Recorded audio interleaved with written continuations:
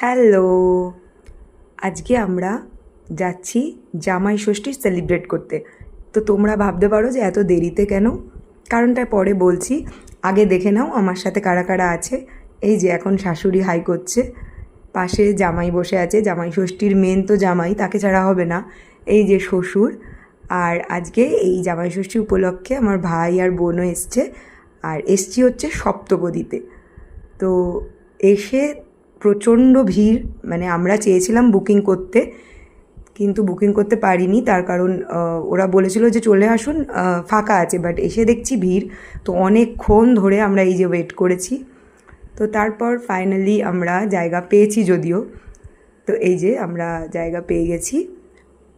তো আমরা এক এক করে বসি। তো এবার বলি কেন আমাদের জামাই ষষ্ঠীর সময় হয়নি, কারণ ওই সময় আমার বাবা মার গুরুদেব মারা গেছিলো, ওষুধ চলছিল, তো তাই জন্য করা হয়নি। তাই আজকে এখানে এসছি।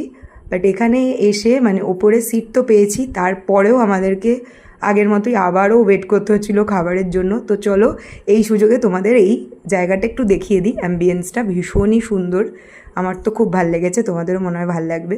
তো এবার এক এক করে খাবার দাবারও চলে এসছে। এই যে ফিশ ফ্রাই, আর এবার এলো থালি, মানে জামাই ষষ্ঠী স্পেশাল ইয়ের জন্য, জামাইয়ের জন্য থালি।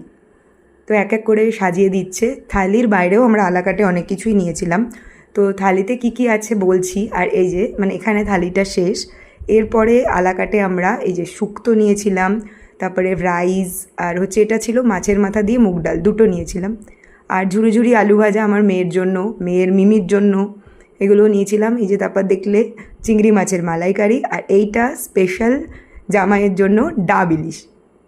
তো এই যে ডাব ইলিশ, আর সাথে একটু গলা ভেজানোর জন্য এটা হচ্ছে লিচু লঙ্কার শরবত।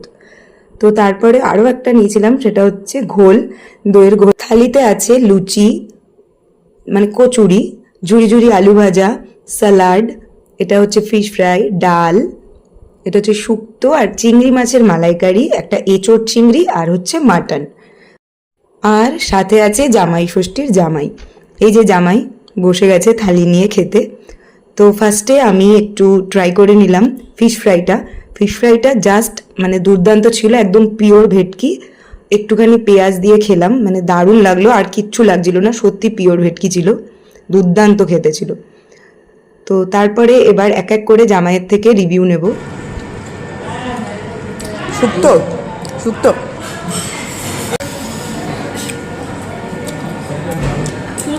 গরম,